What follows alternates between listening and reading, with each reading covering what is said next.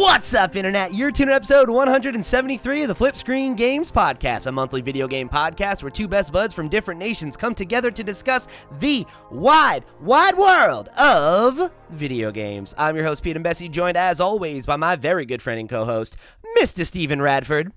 Hello, Steve. I have been looking forward to this episode for some time, and not just because we're like a week late to recording it because of all the Nintendo Direct stuff happening, but because we're talking about 2025 in video games.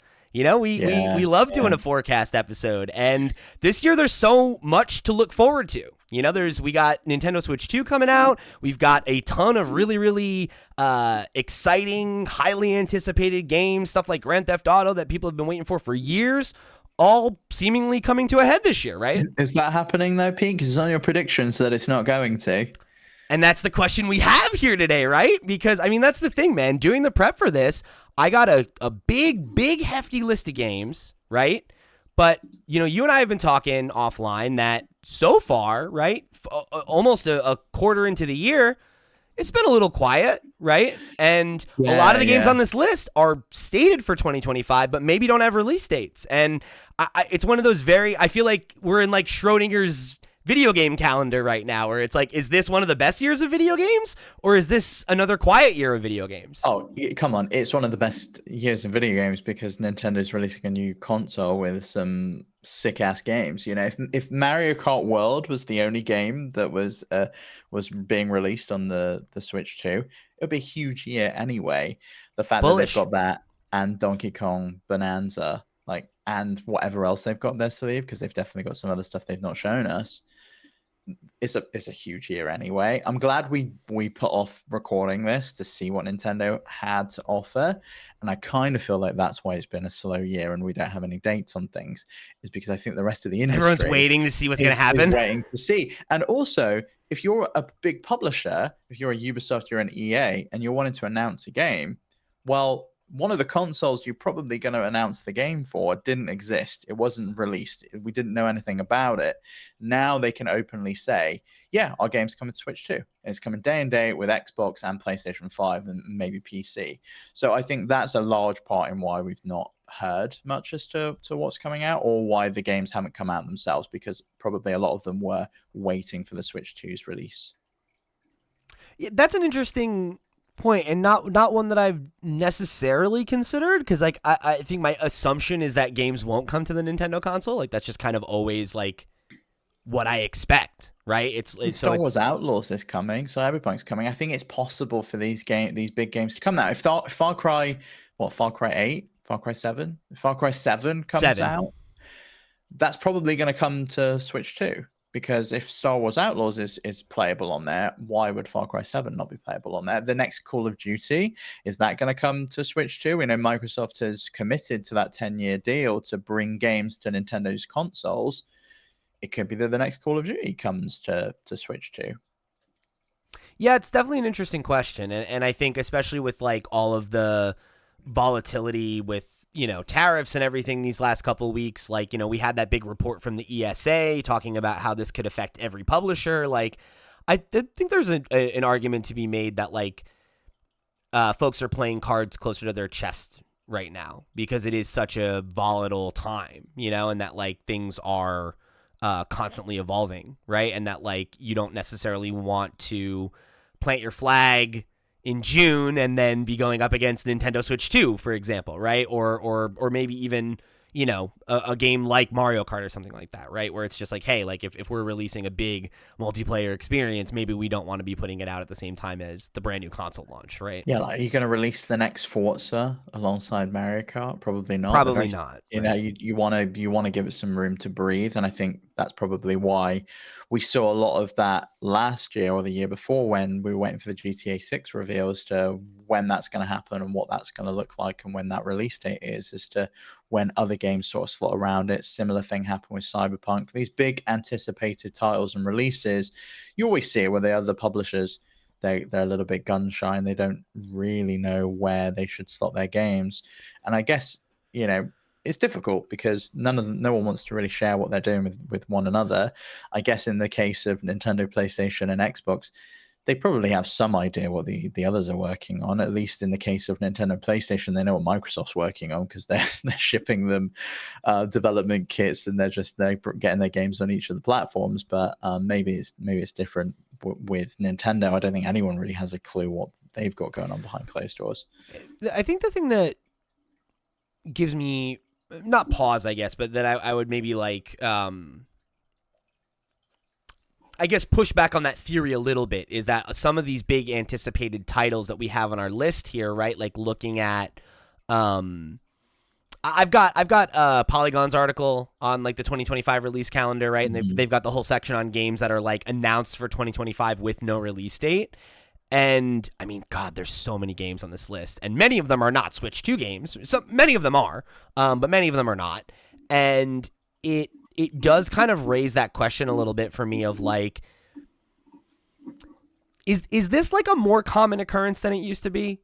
Or are we just noticing it more? Because like I do feel like there are so many titles that have a 2025 release date right now that it seems bonkers that they are going to come out and we don't have a release date for them.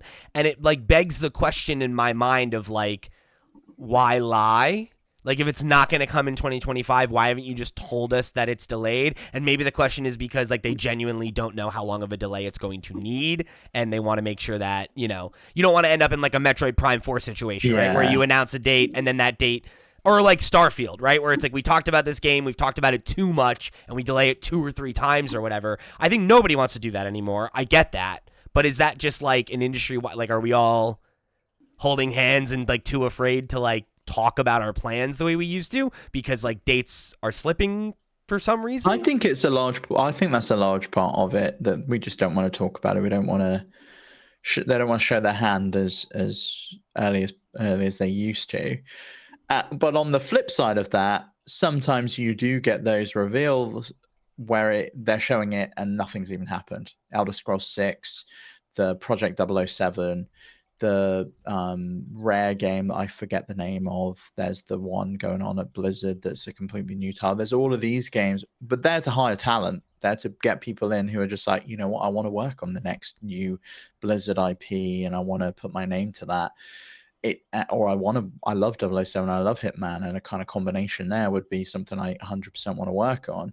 I think this is different. I think some of these games are just not going to come out, but I do think some of them are probably finished, and they're waiting to see when they come out and when they slot them in. And it's difficult. It's got to be really difficult when there's so many games and so much choice. And when do you slot it in? Yeah, it's very interesting because like I feel like the market has gotten very crowded, but like also there are less games coming out than there used to be. Like the last couple years, like have definitely seen a decline from, you know, what was very much a golden age, right? That like we were experiencing up through lockdown, right? And like now that we've seen like, you know, obviously there's a lot of market reasons for that, right? Like it's like there was kind of an artificial increase in profit margins, and the expectation is that they're going to just keep going up, and obviously that was unsustainable. There's been inflation, there's been the rising cost of development. You know, there's all these factors that like are influencing what games get made and what games don't, and the fact that like just less games, there's less money, I think, for like smaller, riskier titles, and I think bigger publishers are getting less interested in small returns on a potentially risky investment versus big, safe swings. And I think that probably influences this stuff too, right? Like you saw Assassin's Creed where like, you know, that game Shadows, right, like just came out and it's doing really well. It's the most successful Assassin's Creed in a bit, and I'm sure Tencent are very happy about that. One, Ubisoft's new spun-off subsidiary of which one of the only things it owns is Assassin's Creed. That's a great first release for them. And I guess that's the thing, right? Is like that game was supposed to come out last year, and it had pre-release showings and everything, and it got delayed, and they took more time to polish it and to really make sure that it was going to have a strong launch, and it did. And maybe we're seeing publishers get a little bit more gun shy about the model of, or like, you know, what we saw happen with Star Wars Outlaws, where it's like a game that's clearly not really totally there, and you push it out and it underperforms, even if it's attached to an IP, even if it's by a talented studio, and then you miss it. You know, they do the patches afterwards, but by that point it's too late. You've had your beat, you've had your marketing moment. Right. But Assassin's Creed Shadows is another interesting situation, right? Because if they'd have released this and say Ghost of Yotai comes out a week later or around the same time, not the same game by a long stretch, but similar settings, similar theming, people would start to look at it and go, well, I don't really want to play 2 samurai games in one go. Yeah, I get the idea that it's like you might pick one or the other. So it's you've got it. They've got to tread carefully there as well. It's like, well, what games are similar? You know, it was that year we had all of the space survival horror games, and it was like, which one do I pick? We were lamenting that at like last year's Nintendo Directs, where it's like, do we need a 30th cozy farming game? Yeah. Right? Yeah. Like, it's like, how many of these do we need when we have Stardew Valley? Like, honestly, yeah. But I don't want people not to make something new if they think they've got something special, because there have been some that have been like Cozy Grove or whatever it was called. Mm-hmm. That was pretty good, but nothing ever quite comes close to Stardew Valley. And I feel like, and that's why I think we're like excited about a game like Witchbrook. Right, because it's like it's different. Like it's still that like cozy like town. You know, it's like it's some of the stuff we like from that genre, but it's not Harry Potter without any of the stink on it. Right, exactly. Yeah, so it's like I think like those are things that make that feel unique. Right, in the same way that like, you know, I didn't look at like Cult of the Lamb and be like, ugh, another farming game, even though there is like those mechanics, because it's like that's not the central conceit of it. It's when you have a wave of everybody's doing the same kind of game and they're all inspired by the same game and all of them are just kind of lesser imitations of it, where that gets a little bit funky, you know? But yeah, but like, point taken, because like that is another factor of like, you know, like if we've got a big shooter, you don't want to release near the other shooters or the other racer or whatever. And I think with all of these different kind of like competing sentiments, I'm not surprised that we're seeing just like, I guess, a more tight-lipped approach, you know, and that like we're not seeing in the way that we used to from like, you know, you brought up all those Xbox titles, right? And it's like that was a kind of event we used to get that I feel like we don't get as much anymore, of the like, here is publisher and we're talking about games you'll be playing 8 years from now. Right, like this is a game we're just starting to work on, and you can look forward to it. By the end of this life cycle, you'll be playing whatever, right? Because like I remember like that, you know, the PlayStation E3 presentation where they're like God of War remake, Horizon, Spider-Man, like it's all at once, and it's like, oh shit, well, get ready for that again. You know, did you see the date for that got announced today, June 8th? So they're starting the Summer Game Fest season, but. I think it was Jez Corden at Windows Central that posted, the Xbox had posted like a big screenshot of all the games that were coming out, and he was like, and this doesn't even include the ones they've not announced yet.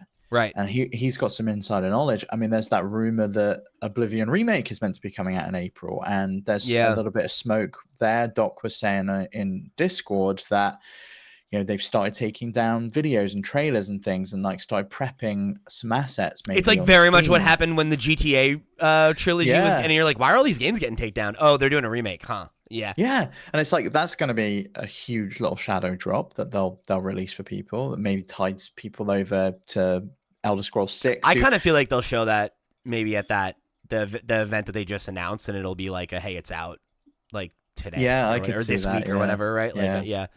Maybe it's not crazy April, that but June's not even that far away. You know, it's 2 months. It's 2 months today that, you know, as of the time we're recording, it's like it's 2 months today that is the Xbox Game Showcase. 2 months from today, you'll have your Nintendo Switch 2. I'll ideally have my Nintendo Switch 2. We'll see what happens. Oh yeah, it is 2 months. Isn't today. that crazy? That's crazy. Yeah. Wow. I'm so excited for that. So excited for my Switch 2. Really wild. So let's talk about like the calendar as it stands so far, because we're like we said, we're early in the year. There hasn't really been a ton of heavy hitters. I'm interested if there's any games that you feel like highlighting, because I think for me, like on a personal level, There's only been a few games that have come out that have really warranted my attention, but I feel like there've already been a couple pretty big releases for what has been a somewhat slow year, right? Like we had Monster Hunter Wilds, right? Split Fiction. We just talked about Assassin's Creed Shadows, Civ 7, Xenoblade Chronicles X Definitive Edition, Like a Dragon, Pirate Yakuza in Hawaii. How was that game? Yeah. South of Midnight just came out. Citizen Sleeper 2 just came out not that long ago. Lost Records, which is the new Don't Nod title, that had its first episode. The second episode's about to come out. And then Avowed, Atomfall. Like, there have been a decent number of like pretty attractive games, and I think crazy that the two big games are both Microsoft titles, though, right? Like Avowed and Atomfall were the two biggest anticipated. I mean, Atomfall's had really mixed reception. I know you're a little bit meh on it, but my dad really loved it and played both of the endings and like had a great time with it. Yeah, I know he was really enjoying it. I was talking to him a little bit about it, and it's not working for me. I am thinking I might try to go back to it one more time, but I'm having that experience I had when I played Elden Ring, where I'm like, I feel that I am not enjoying this, and I am forcing myself to do it. There's no point doing it. There's no point now. Just play something else that you will enjoy, because there's so much here. I mean, my brother's obsessed with Split Fiction at the moment. He's been playing that through with his girlfriend. Yeah, I really want to play that with my wife. Game. I can't believe that on the Polygon list, games with no release date that apparently have been announced for this year is Split Fiction 2, which I don't know if that's correct. Like, that can't be right. That's probably a Switch 2 version of Split Fiction. Okay, maybe. No, I read it wrong. It's Splitgate 2. But yeah. Okay. I was like, that's got to be a typo. Yeah, no fucking way. And I really want to check out Civ 7. I'm a big Civ guy. I just don't know where I want to play it. I don't know if I want to wait and play that on Switch 2 or if I want to pick that up on Steam Deck, because I kind of want to have a game where I'm fucking with the mouse controls and see if I can. Yeah, I'm interested in like how they work. Yeah, it's like academically I want to play it on Switch, even though it'll be better on PC, I'm sure. Yeah, but I really am curious as to whether I'm even gonna bother with those controls, or if I'm just gonna stick with traditional controller and touchscreen when I'm on handheld. It's gonna be interesting to see like what the third party situation is with that. We had somebody write in on the Discord, and I'm sorry that I don't remember who it was, but someone was like, "Do we think like we'll see like non like Joy-Con mouse support?" No. And it's like, I don't think officially, but I could see a Hori pad or something like that. Oh yeah, I could see a Hori thing, but I also don't know how long this even carries on. Right? Is this the latest gimmick of this generation? Are we just gonna forget about it and it's gonna be like the IR sensor? Is third-party support going to be the same as third-party support for the DualSense controller? Because I can think of the number of games on one hand that support the adaptive triggers. The reason I don't think it is going to be a gimmick in that sense is because I think that it opens up new types of ports. Like, I think Civ 7 would not be coming to Nintendo Switch 2 this quickly if it didn't have a mouse mode, because you'd have to develop... Is it not on console? Is it on console already? I didn't think it was a cross launch. Maybe I'm wrong. I thought it was PC exclusive. It's just on PC currently. Yeah, so that's my thought is like, I think if you're like, you had that experience with like a bunch of like point and click horror games you played on Steam Deck, and it's like, I could see games like that coming to Nintendo Switch 2 simply because you do not need to come up with a new control scheme, and you can just like Inscription, right? Is a game that like that could have been on Nintendo Switch probably months earlier than any other platform if you have to come up with a control scheme that utilizes controller, right? Like it's whether Nintendo enforces it, right? Like, do you have to also support controller? Which I'd imagine they're probably going to say, yeah, you do. Because some people aren't going to want to use the mouse. There's going to be people that are playing handheld and don't necessarily want to use the touch screen. There's a lot of questions there as to what that looks like. So real quick, before we get too far away from the stuff that we already played this year, I do just want to, again, highlight how much I like Avowed, because that game fucking rules. If you're the only person I know that loves that game as much as you do.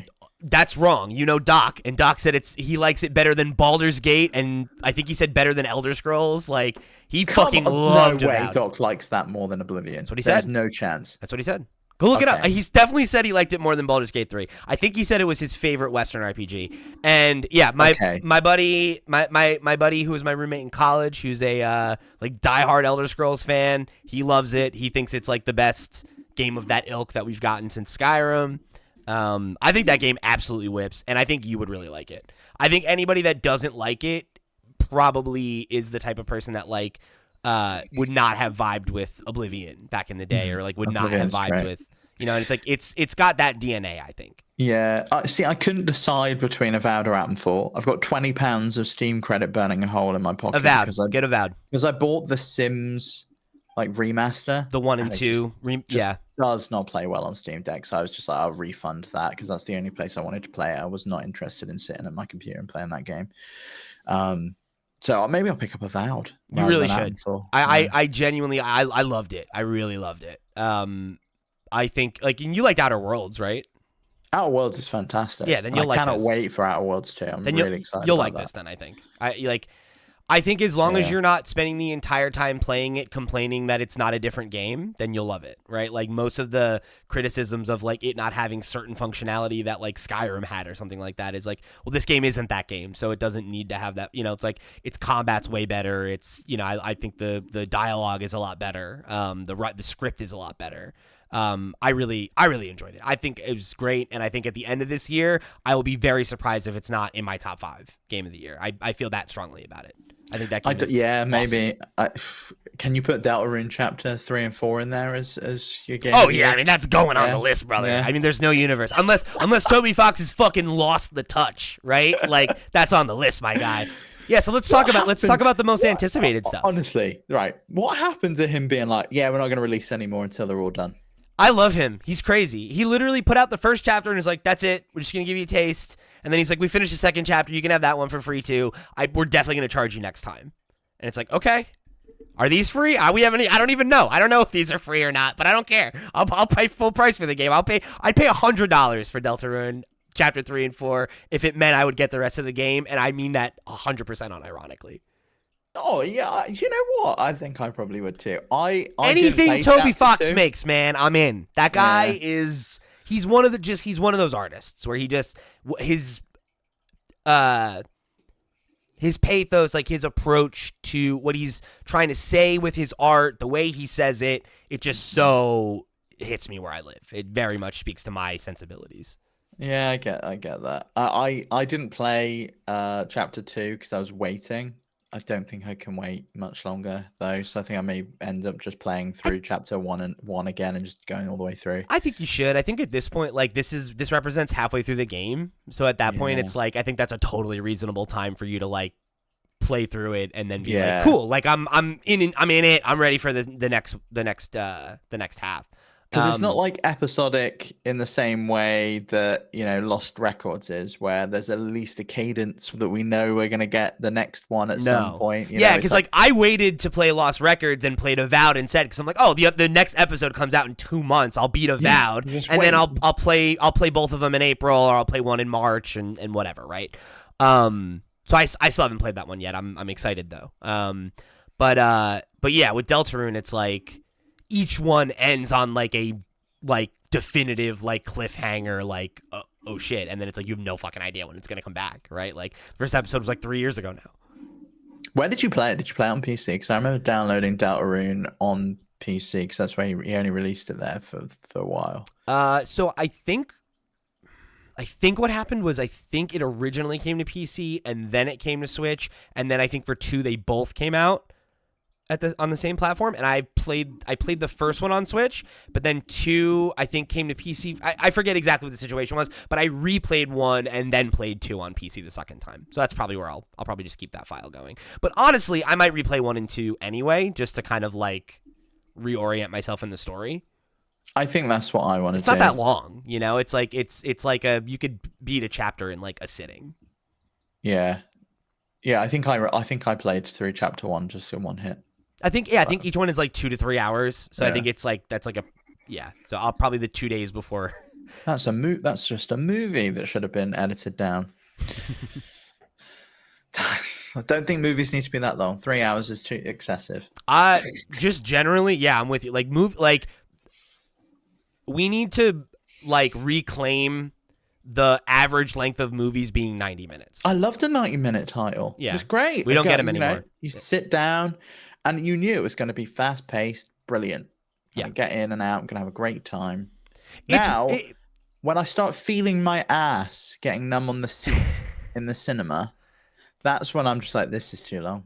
I need to get up and move. And I'm not saying that no movie should be that long, but it should be an event when it's that long, right? Like when the fucking 20th Marvel movie, I was like, yeah, that could be 3 hours. This has been 10 years in the making. I'm down for that. Titanic can be 3 hours. Not every movie needs to be 2 hours plus. It's fucking crazy. I feel that way broadly. Like, it's very funny that, like, as we talk about how people's attention spans are lower, that, like, everything, like, I'm watching Succession, really enjoying that. I feel like every episode could be, like, 10 minutes shorter. Almost. Oh yeah, they 100% could. Oh, are you on season 1? I don't need to talk about it. I'm on season 2. We'll talk about it offline. Okay, let's not spoil anything. Oh, I won't. Season 2. I won't, because people need to watch that show. It's very special. Chewie got me onto that. Tell you what, though, there's the 6th episode of season 2. I think it was. Is I think my favorite episode of the season or the show so far. That one, very, very good use of its time. That's all I'll say about that. Mm-hmm. So. I think on this list, I think like low key Deltarune is like number 1. That is the game I'm like most excited for, just because I am. You had Nintendo Switch 2 launch as most anticipated game. How is that not the most anticipated? Yeah, I mean it's not a game though. That's what I was gonna say. I'm like, well, that's obviously the most exciting thing is the new hardware. But like if you're talking just software, it's like you could spend $10 and learn all about the Switch 2. I know everyone was telling me it was $6, but apparently it's $10. I think it's $6 in yen. Oh, okay. And I think then people, I think what it costs in Japan translates to $6 American, but it's $10 in the US or in the West. Which I mean also like does make sense because like the yen is weaker right now, so it you know. I don't think we were adjusting for what, you know. You can't ever price things like that anyway, because each individual Nintendo around the world prices things however the fuck they want. Right. We learned that when we were looking through the titles, and I was like, yeah, no, we have games here that are like 40 quid. Yeah. And it's just like, no, they're all 60 here. Like all of them are 60. Or like, you know, I had that when Max and I watched the Direct, like there was a point where a US one dropped out and we switched to the UK one, and then I got confused about the like, oh, like games are going to be $90, and it's like, oh, not in America, in Europe, right? Because it's all crazy. Man, it's mad. Yeah. Yeah. So yeah, I mean, obviously, like we've been talking a lot about the Switch 2 reveal. We've talked about it a lot on Nintendo Noise. We talked about it on the Steam Deck podcast. I love that you have done 2 episodes where you've talked a lot about it, but you have not been on Nintendo Noise to talk about it. The podcast we started to talk about Nintendo. I'm adding you on that one. Okay, I'll come and talk about it. when I have one, I'll come and talk about it. But yeah, I mean, obviously, there's quite a few games to look forward to there, right? Mario Kart World, DK, Bonanza, like, you know, the Super. Yeah, I can decide if I liked the look of Donkey Kong Bonanza. Really? Oh my god, I think it looks so good. There was just not enough substance in the trailer, and that's fair enough. It's a little. That's the opening trailer. World, yeah. But yeah, is that all we're going to be doing? Is going around and fucking smashing shit? Because I can't want more than that. Is it going to be a collectathon, which I presume? Yeah, I think so. So maybe I'll fuck with it. I think it looks fun. I think the like fully interactable like environments are like very interesting. Like the level of like full destruction and like, you know, the kind of like encouraging you to explore the space and everything like that, I think seems really interesting. It feels like very reminiscent of like Odyssey in a good way. Yeah, I still hate his new design. I think it's hideous. You're so wrong. It's great. I love it so much. He's so endearing. I love it. I love his little overalls. Like he's scary. You think so? I think he has. I think this is because you're allergic to dogs. I think he has big, like, he reminds me of like a lab. Like he's got like big Labrador Retriever energy. See, they're one of the dogs I actually really like. I love Labradors. So there you go. Think about that next time you look at him. Yeah, it's very rare. It's very rare to find a dog I like. When he sticks his tongue out at a banana, think about that, and you're gonna be like, you know what? Maybe I'm in. It's probably just because it's changed, and he's been the same for 20 years of my life. Yeah, they smoothed off the like rough '90s with his Z edges. You know, they've softened him a little bit. I really do like his redesign. I do, unironically. Yeah, not for me. But I'm looking through this list, and there's some banger titles, aren't there? Really yeah. I mean, on the Nintendo side of things, we've also got like all the Nintendo Switch 2 editions of games. Like, there's not a ton of those that I'm like super excited about, but like I am excited about the Mario Party Jamboree of it all because I didn't pick that up at launch. And No, me neither. And I was excited about that, but I'm also not going to be buying a camera, so none of that stuff interests me. Won't be buying the camera at really, launch. that doesn't interest you in the context of Mario Party? Because I Not thought that stuff looked a lot of fun. Like when we did the Treehouse watch along, and they were showing like the ways in which the game is able to treat the image, like the cutout version of you, as like an actual like physical thing in the world. I thought was like very cool. Like It's really cool, and like it uses a specific core on the NVIDIA GPU. That's been confirmed that there is a specific core just for that, so that they can handle the video feed, which is insane that they built Yeah. that into the system on a chip just so that they could handle that. I didn't know that. That does explain his comment about some of the extra costs being related to the chat functionality. Yeah, there's that, and obviously the microphone as well that they've added in for that. Right. I'm excited about the microphone stuff.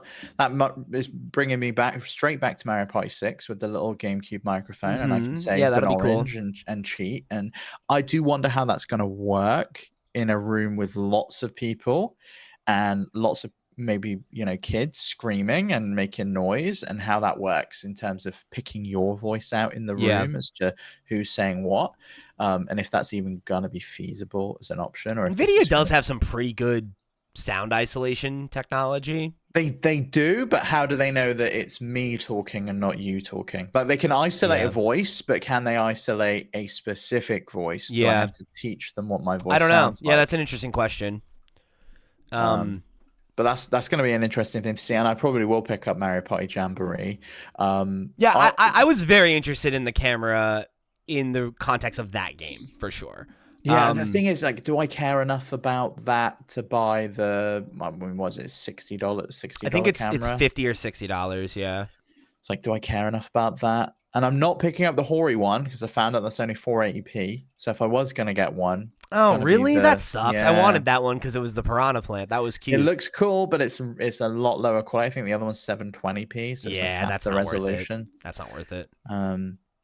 Maybe it'll work with other cameras. We'll see. Maybe I do. I have a habit of getting suckered into these things, as anyone will know. Yeah, and I don't know. I think it's just like it's funny because like you and I and Max were talking about this. Me and Ken and Sierra were talking about a Nintendo Noise yesterday, where it's like, oh, will you pay with the increased price or whatever? It's like, I mean, like at some point, probably. It's like I don't know. Like I don't know. I think it's like easy to get in that like who's this for? I don't need this. This isn't going to be interesting to me. But I think if there's a point where it's like where we have it and we want to use it to make content, or you want to like be able to like you love playing Mario Party with your dad. Like I could absolutely see you and your dad using this. Like that's a thing you and your family do is play Mario Party together. Like how nice would it be to be able to do that and not have to travel to where your parents Dad, live? Listen, you said you weren't going to get a Switch 2, but Pete's making very good points here. That you and Mum could be sat on the Switch 2 camera playing with me and Henry, and it'd be great.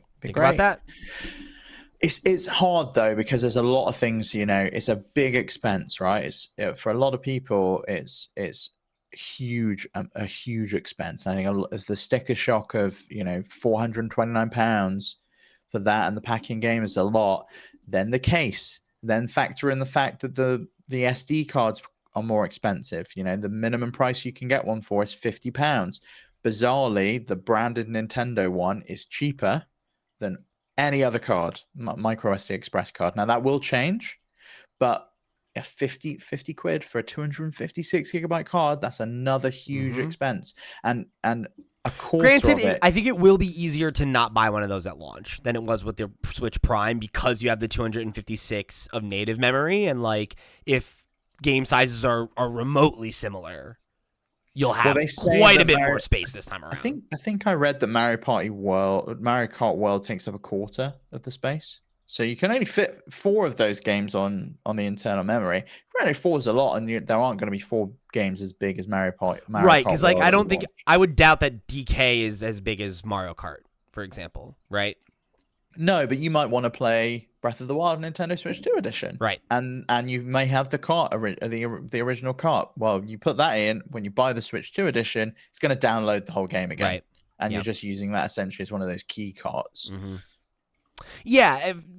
point taken for sure. That like, yeah, it's not just the $500, right? It's like it's $500. It's it's another 50 for a case. It's another 70, 80, whatever for another. If you get a pro controller, it's another 100 if you want to get a drive. Like, yeah, like it certainly adds up. And yeah, I think right now, like that was a big thing we talked about on Nintendo Noise this week of like, with inflation being what it is how is that going to impact folks, right? How is that going to impact the Switch 2, right? And its ability to be successful and like replicate the success of what the Switch achieved. I don't think it is going to affect the Switch 2, which is what's crazy. I mean, they're projecting that they're going to sell 17 million of these within 2 months. I saw the estimate by it was I forget the name of it was an analyst firm that just did a report about it, and they're thinking that we might see it get reduced down to 15, right? Because of like price concerns and stuff. But obviously we just had the news today that it seems like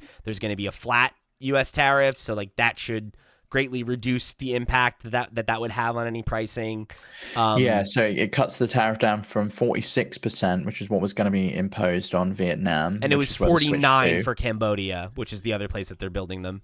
And now it's down to 10%. So there is still an additional expense on there, but I think Nintendo can swallow that, at least for the foreseeable. Right. So if that's the case, right, like maybe that does, move the needle back towards the 17 million. But yeah, the 15 million is the reduced number, and that is on par with the original Switch. So that's still, the expectation is that it's going to be the biggest console launch of all time, even with all these factors, which we'll see, but seems pretty likely.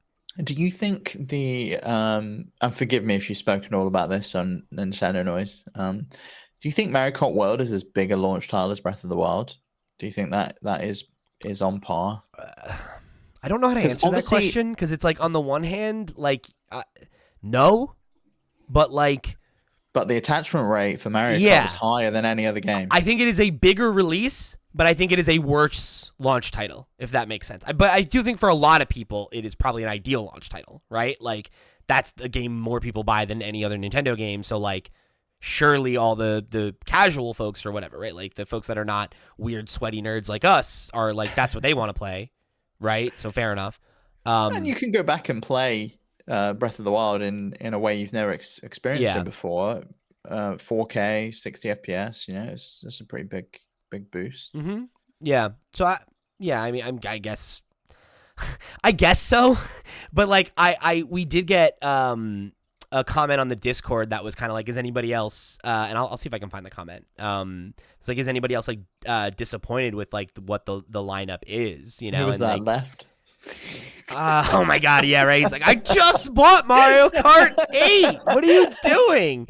I'm trying to find the comment, but I feel like that, like when you think about it that way, it's like I don't know, like it's probably a more popular title than anything else that they could release, but like I do have that feeling of kind of like what's the big single player game I'm going to be playing? Like what happens when I'm done? To me, this is the big single player I'm going to be playing, because it's like Forza Horizon. I can explore the world and go to different places. And I spent hundreds of hours doing that in Forza Horizon. Yeah, that's true. But I'm a car guy, so for me, this is exciting. But for someone like you, maybe you've got to wait for Metroid Prime 4 or Pokemon Legends to come out, and that is your big one. And it's like, I mean, I'm excited about Mario Kart. Don't get me wrong. It's just, I guess, the question of like, is there a universe where that's like maybe not the most exciting thing? Okay, I found it. It was from Ian. So Ian over on the Discord said, so like, I'm super pumped about the Switch 2 itself and the potential for future games, but is anyone else feeling a bit disappointed by the launch lineup so far? I think the game I'm most excited about is Wind Waker, a GameCube game from 23 years ago. Like, no doubt there are amazing games that haven't been announced or even dreamed of yet, but I was hoping for some more AAA first-party launch titles. And the point that I responded with was I wasn't even really thinking about it, because like Donkey Kong is so quick after launch. Like July is not that far away from June. The idea that we'll be busy with Mario Kart and whatever other little indie games or whatever that we want to play in like a month or two. Well, and trying out probably the Switch 2 editions, right? I mean, you've got Super Mario Jamboree coming out in June, right? And like if you have the expansion pack, you'll have Breath of the Wild and Tears of the Kingdom as pack in for free. So it's like, Yeah, I think there'll be enough to tide us over for sure. But yeah, it is kind of interesting. Yeah, well, And it makes you wonder why the fuck we don't have a release date on Metroid Prime or Pokemon. Yeah, it does. And Kirby Air Riders. Yeah, That where's too. that? Yeah, it's like what why I isn't could there? see Kirby Air Riders being December, similar Maybe. to like Smash Bros. It's like, oh, we'll just drop this out last minute. Sakurai getting done the dirty again. Not going to be considered for Game of the Year. It's his lot.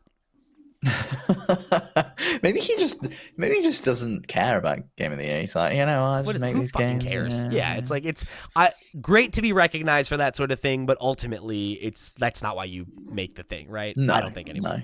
No. Yeah. A good game is good forever. That's what's important. So because I think, the Nintendo Switch 2 is obviously the fucking giant red elephant in the room. And, I think that that's going to suck a lot of the oxygen out of the room by the end of this year. But, like, they're certainly not the only ones with, like, big things to offer.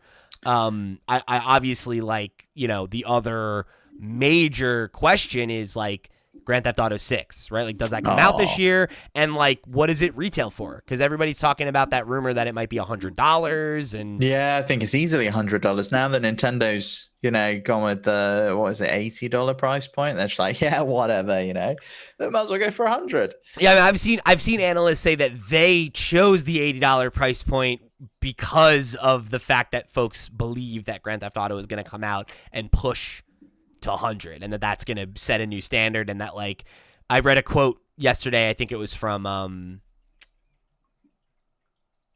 oh gosh, I can't think of his name, from Circana, Piscatella, I think it was him, Matt Piscatella. And I think he was saying that I think it was him, that, like, that's kind of the oh, you know what, no, I'm sorry, it was that 2025 State of the Video Game Industry report. I forget who put that together, but we cited it on Nintendo Noise, but that, the like, DFC intelligence thing. I think that's the one. And it's this idea that, like, hopefully, right, publishers are hoping that it'll come out at 100, and $50 games will get pushed to 60, $40 will be 50, 60 will be 70, 70 will be 80, and that we'll just kind of see, like, Grand Theft Auto pull the entire scale, like, $10 up or whatever, which obviously that's a thing that people who sell video games would hope for. I don't think anybody who buys video games is hoping for that. The thing is, though, there are the odd game where they can charge whatever the fuck they want, and I think within reason you pay it. And GTA 6 is one of those. We've been waiting, it'll be like almost 15 years at this point since it's the announcement of GTA 5. So we've been waiting a long time for it. I think $100 is a step too far, especially at the moment, and I kind of feel like 80, 90 is the sweet spot. We saw Square trying to push that, and they were trying to go with the $80 price point, and I think there probably will be a $100 edition of GTA 6, but I don't think that's going to be the base game. Can I ask you a question that I threw out on Nintendo Noise? Like, do you think there's any universe where $100 as a price point, like, does make sense? Because I was, like, raising the point of, like, I wonder if the industry had been more willing to explore, like, the pricing scale at an earlier point, that we may have been able to avoid the, like, glut of, like, microtransactions and season passes and DLC and all these things that were supposed to, add additional monetization options for games. And that, like, I think of, like, a game like The Witcher 3, right, which is, like, a $60 game that had 2 post-game, like, basically full campaigns that, like, they absolutely could have charged money for and didn't. And, like, the package of that game, I think, is easily something you could say is worth $100, right? But, like, or, like, again, like GTA, like, if you bought GTA on PC when it first came out, like, how long have you been playing that and getting value out of it? And, like, does that, like, not is it fair? With GTA, though, because it's really not GTA's story mode that it's anyone's online. Playing. Right. It's online, and that's an ongoing thing. They're making billions from that. Right. Every single year, and so it is paying for itself. I guess that was what I was going to ask, is, like, do you think that there's a universe where like, people, and maybe just, I'm asking you, like, if there was a game, like, say, like you love Hitman, right? And, like, know that they're going to do like, hey, this game costs $100, but that's because we have a 3-year content The plan thing for is it though, that afterwards, and you're in on that. I struggle to do that up front. I really Yeah, would. I'd want to pay yearly. I'd be like, okay, well, let me give you $60 up front, and then I'll do $20 for year 2 and $20 for year 3. And let me spread it that way, yeah. because then at least there I've still got some skin in the game. I've given you some cash up front, and you've got an incentive to keep making that content that you promised me, and not just taking my $100 and fucking off, because they could well within their rights do that, or not deliver on year 2. They could be like, well, we're going to do this, and it comes out and it could be crap, and I'm just like, well, I've read the reviews, I'm not going to do that. I struggle to see a world where I say, yeah, this game is worth $100.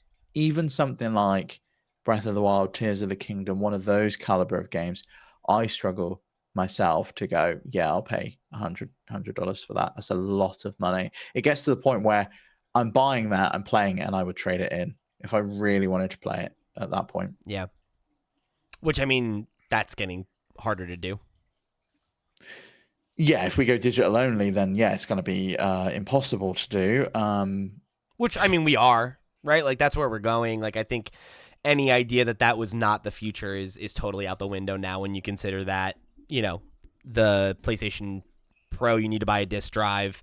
Nintendo's charging a $10 physical tax in at least Europe. What? I've seen people really kind of hating on the physical tax, and I gotta say, I think people are looking at it wrong. They're seeing it as a physical tax, and what it actually is, I think, is a discount on buying digital, because they're not having to make these cards. We've just seen how expensive micro SD Express cards are.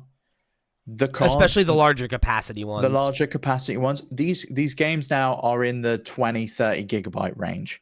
You know, you've got to buy a 32 gigabyte card, or a 48 gigabyte card, or whatever it may be. That's expensive. You know, like if you're saying you want to cover the cost, that's essentially what you're paying for, is the little memory card. So by charging less digitally, they're basically pushing the cost into somewhere else. You know, you've got to buy a micro SD Express card in order to be able to fill it up with games that you're buying from them. I don't see it as a physical tax. I see it as the inverse of that. I think that's interesting. Yeah, I can see that too.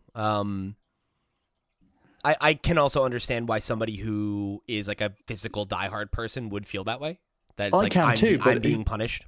I 100% get that, but think about how cheap discs are. They're like 10 cents to make. Mm-hmm. You know, shove it in a box. That you add a bit of shipping on it, it's probably costing them $2.50, $3 to get to the store. It's a whole different ballpark compared to a bit of flash memory that they've got to package up and put in a box. Yeah, definitely. So let's talk about some of the other big publishers on the PlayStation side of the fence. Right now, we really only have one big PlayStation game on console. We have Ghost of Yotoi coming out later this year. That's obviously a big one. The game I'm actually going to pay to get my PlayStation 5 fixed so I can play. That's been dead since Astrobot. But yeah, I mean, I'm through the roof excited for that. You know, I was a big Ghost of Tsushima guy. I played that game like a surprising amount of times for how recently it came out. I think that game is like exceptional, and I've been so excited for what comes next. I think it's a pretty interesting choice what they chose to do, rather than like go for a Ghost of Tsushima 2, because there was another invasion of Tsushima by the Mongols. Like I think, I don't know, like 100 years later or something like that. It's like, I figured that's what they would do for a sequel, and like they're going in a, you know, obviously a different direction. It's like quite a bit later. There's like some technological advancement and everything. We have a new protagonist. So yeah, like that's all stuff I'm super in for. This like up there for me for most anticipated titles for sure. It's a game I'm very, very excited to sink, 60 hours into or whatever. Yeah, I still need to play Ghost of Tsushima. You really should. You should play it on Steam Deck now. You know, I think that probably would be where I played it. Would be on Steam Deck if I was going to play it. It's where I play most games. That game is just exceptional. You're not excited about Days Gone remastered? You don't think you'd finally Um, pick that up? I mean, no, like I'm not excited for it. Like I think that's interesting. I Days Gone is like one of the few like real big gaps I have in terms of like PS4 era first party stuff. Like I just never made time for it when it kind of had a somewhat middling, response. But it's one I've always like thought about going back to. I think I'm not super interested in paying full price for a PlayStation 5 version of it. I have a No. PS4 version, so if I can pay I got a free PS4 version, so if I can pay the $10 on my free copy, I think you can. then maybe, right? Like maybe if I've got the time later this year and I want an open world game, like I could definitely see myself giving it a shot, but not necessarily a game that I'm like gonna prioritize. Yeah, I think this was another one of those that got failed by the, Marketing. what you were saying about Avowed, where it Yeah. was people expect it to be something else. They wanted Last of Us 2, and we got Days Gone. Or like they gave it the like we already have a Last of Us, why do we need another zombie? Yeah, And it's like, well, it's not that though. Like it's very different. It's its own it's thing. totally different. I had a good time with it for what I played. I think I got about 70% of the way through. Never ended up finishing it. I mean, on the PlayStation side, there is reasons to boot it up, right? There's all of the influx of Xbox stuff coming over there as well, like Forza Yeah. Horizon coming to that console for the first time. Doom: The Dark Ages coming out as well, also coming to PS5. Yeah, like I don't think there's any shortage of things to play on PlayStation. I think it's just like for our purposes as people that are like very agnostic of their it's like I'm playing whatever's interesting. Like there's only one big exclusive. But yeah, if you're a PlayStation gamer, you've got a ton of stuff to look forward Do to. you think they're going to have more? Do you think that we finally see a PlayStation showcase this year? Because It really feels like I can't believe we haven't. It's like there's just it's been so long, but it's like I don't know, it's weird because it's like we know Naughty Dog has their game that they're working on. We got a vertical slice of that. Who knows how long away that is and like how soon it'll be before they're able to like talk about it again. So like, we had that revealed, right? We have Ghost of Yotoi, so we know that's what Sucker Punch is working on. There's the rumor that there's like another God of War, like a Lost Legacy, Miles Morales style God of War game in development. That's something they could talk about, sure. I mean, well, Cory Insomniac, Barlog's next game, right? Like we've got to check in on what Insomniac's doing at some point. Like, how's Wolverine getting on? That's true. Yeah, I guess you're right. I think there is enough to talk about, even if like it's only 3 or 4 games. Like there are a bunch of these. Like Wolverine's got to be soon, right? They've got to have more stuff going as well. Like, what's going on with Blue Point? Are we ever going to get Bloodborne come to PS5? Yeah, I don't know. It's a great question. And I mean, like there was the word that they were working on. They were working on something that got canceled, right? I can't quite remember. What, Blue Point? Yeah, I thought so. I think that there was the rumor that they were working on a new and original title. But then it was in an established IP though, right? I know the Days Gone studio, Bend. They had a game that got Had a canceled. lot Yeah, has been canceled. yeah. That's what I'm moved thinking of. around. Yeah, Bend had a games as a service title that got canceled, right? Yeah. I mean, pretty much all of the games of as a service titles got cancelled. Fair enough. And then of course there's also Last of Us Part 2 remastered, like just came out on PC. So it's like, yeah, it's like a lot of like, there's like the HBO show. Like they have like things to talk about, but it's like not a ton of PS5 exclusive games. Yeah, and what am I doing with my PSVR 2 as well? Like, Nothing. are they releasing anything for that this year? No, you're selling it. That's what you're doing. Oh, okay. You're selling it for a loss. Yeah, blowing the dust off it. So you brought up Doom. We'll switch over to the Microsoft Xbox side of the fence. Doom Dark Ages, of course, is coming up like really soon, right? That's in what, May, right? Or is that? Yes, yeah, I believe so. Yeah, it's May 15th. So that one's like right around the corner. That's really cool. It's obviously looks really fun, and the modern Doom games have been sick, right? Like they've been really well received. I imagine this one will follow that that lineage. I'd hope so. I mean, I can't see why it wouldn't. Id know what they're doing. They know how to make a great game, and it looks like this is kind of the next progression of that. Yeah. I'd love to see them move on to a new franchise after this. Like, you've kind of done a trilogy of new Doom games now. I Let's feel like move this on is to kicking something off a new else. series. I think they're going to want to do like a trilogy of like this era now, which is like Yeah. fine. Like I'm down for them to keep making Doom, but like I am kind of with you that I think it would be cool if they had a 2-team structure and they were Yeah, like yeah. incubating a new IP while they keep Doom going, cuz like nobody's complaining about a new Doom game every 6 years or whatever cadence No, I we're mean, on, but they let go of they let go of Quake. We haven't seen anything from that in a long time. Like, let's resurrect that, bring that back, do something with sure. that. I feel like that could be really cool. Or even just something fresh. And there's a lot of IP that Microsoft owns now that they could maybe want to have access to. Give them Hexen, do something with that. Yeah, it would be nice to see. It's just so much talent at that studio, and like obviously Doom slaps, but yeah, it would be nice to see them stretch their legs on some other stuff too. Yeah, nice to see them continuing the use of their own engine as well, because that's a rarity It's a in great engine. 2025. Yeah. Yeah, they're a very like technology forward studio, of course. So then, from them, the other like big swing on my list anyway was Outer Worlds 2, right? Like you mentioned earlier, Outer Worlds 1 was like a really really fun surprise from Obsidian, and I think was, obviously like they put that out before Microsoft acquired them, but I think that was like, when they were acquired, like you were looking at that game and being like, yeah, man, I mean, if Microsoft can just keep writing them blank checks to make really fun, dynamic RPGs like this, then that's a match made in heaven, right? Like, I'm very excited to see what they did with more time and more money, because that first game was so good, and I think the only thing about it that anybody really complained about was like, would have been cool if it was longer. Like, more scope would have been appreciated because it was so great.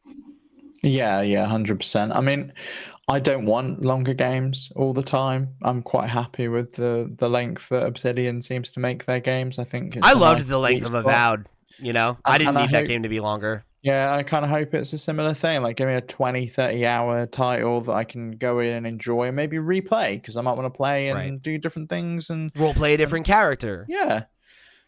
You're forgetting the fact that Tony Hawk is now owned by Microsoft as well, because Oh that's another yeah, big one you're from totally them. right. That is an Xbox release now. Yeah, Tony Hawk's Pro Skater 3 and 4 obviously are coming as well. Very very excited to see that come together. I have like some reservations about it versus the first one that they did, because they're making some tweaks, right? Like they have adjusted the gameplay of Tony Hawk's 4 to be more in line with 3, to like make the package a little bit more cohesive, and I know that's something that has rubbed some folks the wrong way. What's different in the game? Like, how does 4 play different to 3? So, if you recall, in Tony Hawk's 1, 2, and 3, you would do runs to complete challenges. So, you would have like a certain amount of, like, I think it's like you have like 2 minutes or something like that. And then it's like you complete a challenge in that time, and then you do another run and you try to do another challenge or whatever, right? Like, you just go for runs that are timed Mhm. like that. 4 was the first one where you would just explore an open environment, and then you'd come up on somebody and they would offer you a challenge and you just do it. Oh, okay. See, I thought Underground was the first one that did that with the open environments and stuff. Underground was like escalated that, because like 4 was like, it wasn't not open as the way we understand it now, but you know what I mean? But it was like you would just openly explore the level in the way that, um, yeah, you would later do in Underground, but not Man, as like a big contiguous map as like a yeah, skate park, right? Like this one location.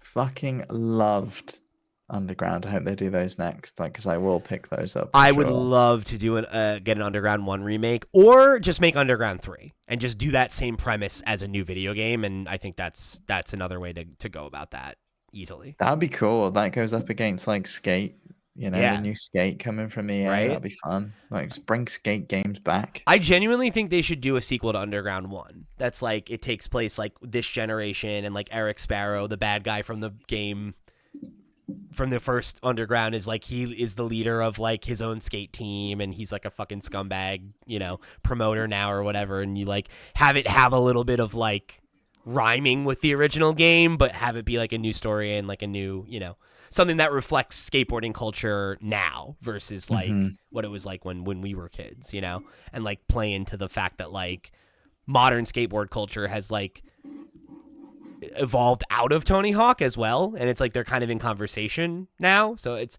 I think like you could do something really cool and like metatextual about like skating overall. If you kind of like take a return back to that formula, I'd love to see that. I really would. That game is so good. But I am very excited for this. Like reservations, like it's a different team. You know, there's like all these things that, you know, could lead to it being not as good as the first one was. But the team that's working on it is the team that ported the original game to PC.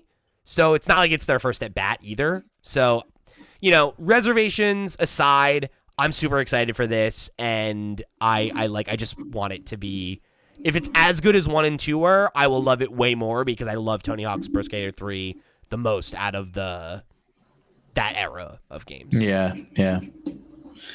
Well, fingers crossed. You know, I hope that not all of those teams were lost in the mix. You know. Yeah. But I'm still partially glad that it happened because it's why I got Diablo 2 resurrected. Yeah, I mean, at least the team stayed together and kept making good stuff. You know.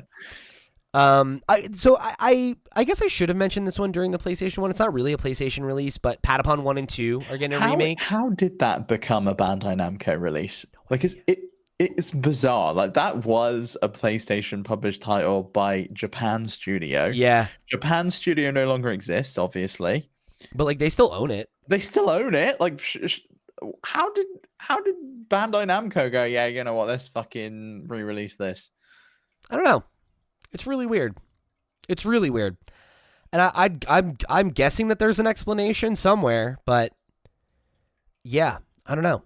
But I'm stoked because like I've never played these games and I've heard that they're like great and I've always been interested in them, but I just have never gotten a chance. And I love a good puzzle game. I'm into this one. I've never played them. You know me. I really slap with rhythm games. Absolutely adore them. I probably would play this on Switch. It really feels like a U game. I think you would vibe with this. It's got the Loco Roco vibes. Sure. From that era totally. of game. And I like that. I miss that like flat 2D colorful style of video game. So I got a couple other indies that I highlighted that we can chat on. We've got Witchbrook, which we talked about earlier, right? Like that's one we've been looking forward to for like years now. Was really cool to like actually see some of it, and it looks really cool. Yeah, I mean, I forgot that I was on the subreddit for Witchbrook, and they would like they've started posting some quite bitchy posts on there. It was like, seriously, is this game still happening? Is this vaporware? And then it was like, bam, here's the reveal at the Switch 2 event, and everyone just like lost their minds, and it was a really good way of like of showing it.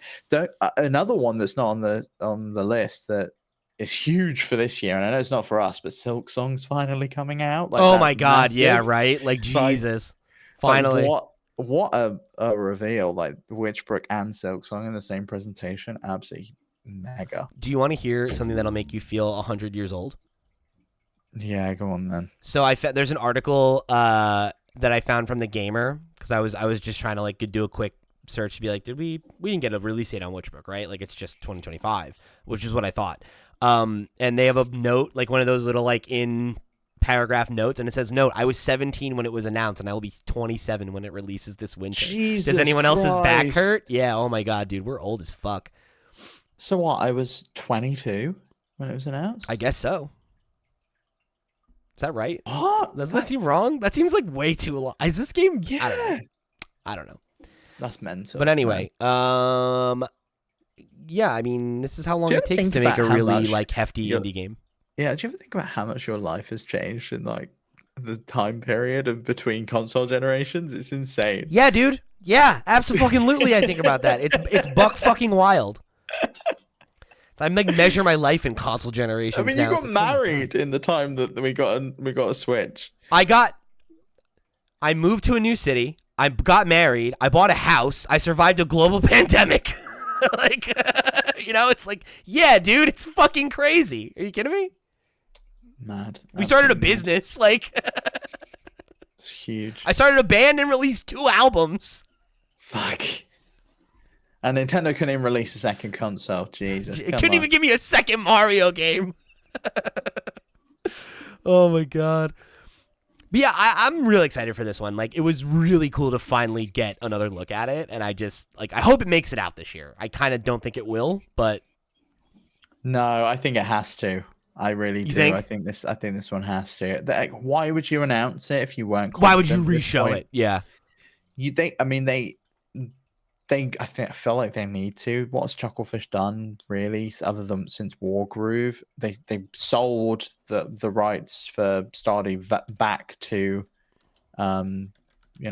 Concerned Ape, right? So he now owns it, and this I think is what they're kind of hanging their hat on.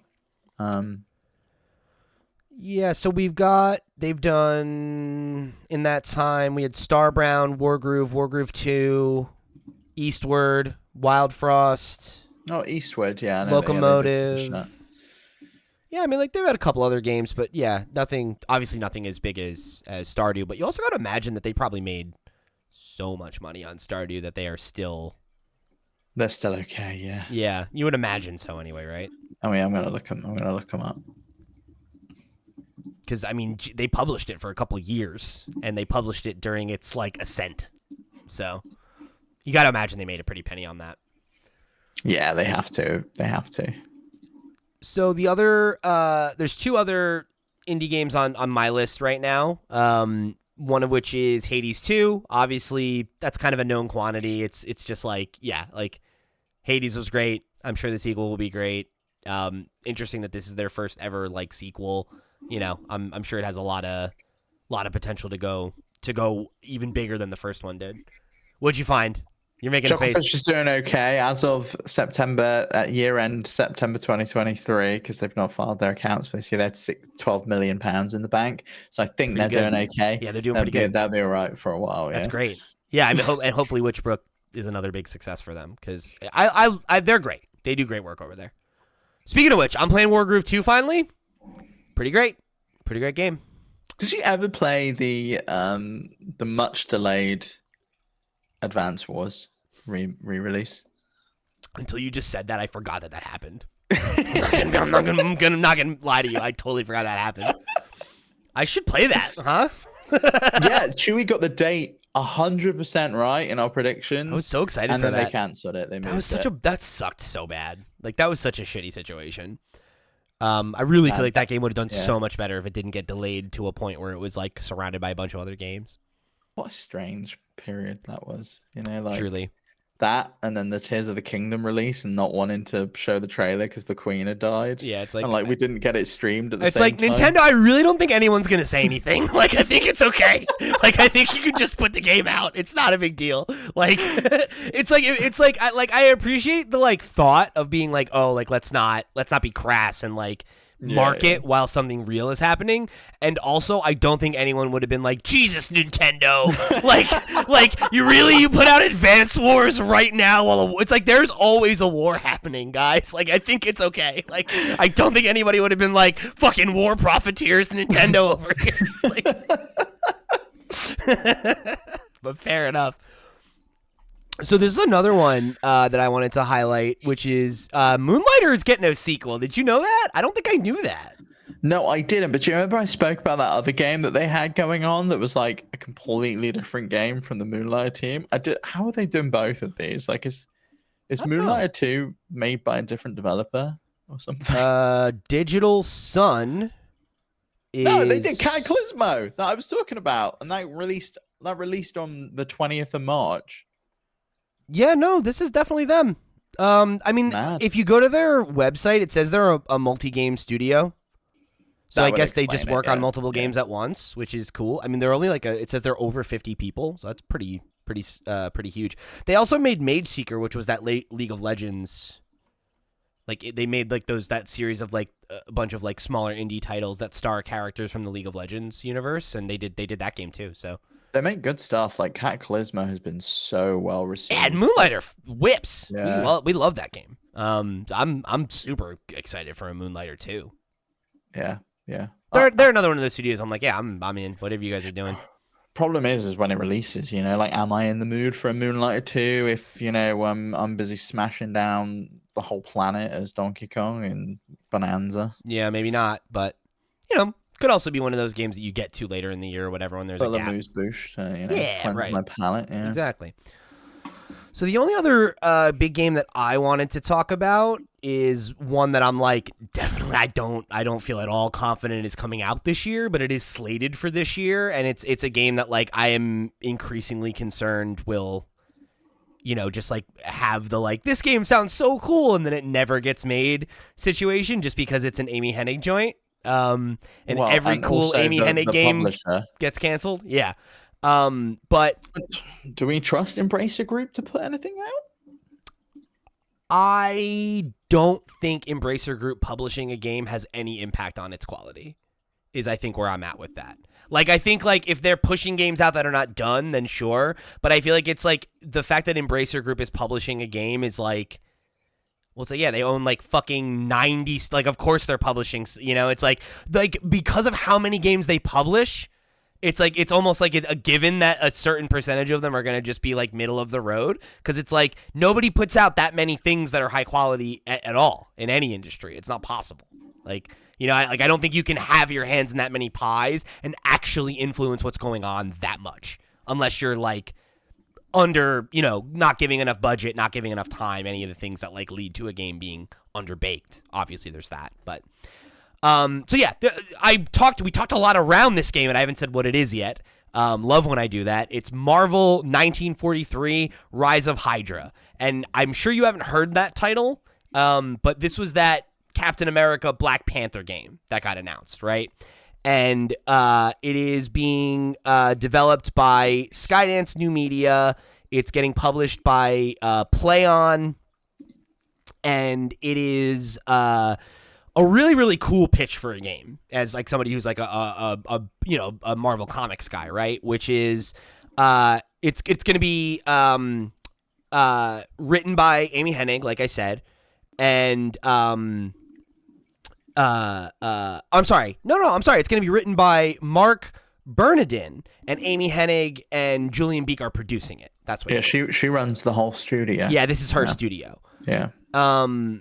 So this is a game that's based around this like limited series that Marvel did back in 2010 that's called Captain America Black Panther Flags of Our Fathers, and it takes place in Nazi-occupied Paris during World War II, and it's about Captain America like in his early days and him meeting and like kind of having like a tenuous alliance with that generation's Black Panther, right? And it's like this whole like cool espionage story of them like going and fighting Hydra and the Nazis. And I mean, yeah, that sounds fucking awesome. Like, I'm so into that if it comes to pass. And, it's even if it's like similar to like what we got from like Guardians of the Galaxy a couple of years ago, where it's like, yeah, this is like an all right action adventure game with a fun comic story. I'm like, even if it's just that, I would be super into it. But like Amy's name being there, there's a lot here that I'm like, this could either be like so fucking cool and like what an exceptional, like out of left field, inventive, like fun approach to a Marvel game, or this is a game that never comes out. And I think there's pretty much no in between. Yeah, I mean, a while since she's worked on a game. Other than Forspoken prior to this, where she worked on the concept a little bit with Gary Whitta. Yeah, she didn't even. She was like, yeah, they both did like story consultancy, and then it got written by other people. It was Battlefield Hardline back in 2015 was the last game with her credit on that got released. I know she was working on that Project Radtag thing at EA, which sounded so goddamn cool. I was so excited for that pitch, and so bummed that never came to be. Apparently, there's a rumor she's working on it at Skydance, so it's possible we may see it. Man, I really hope so. I think that would be so cool.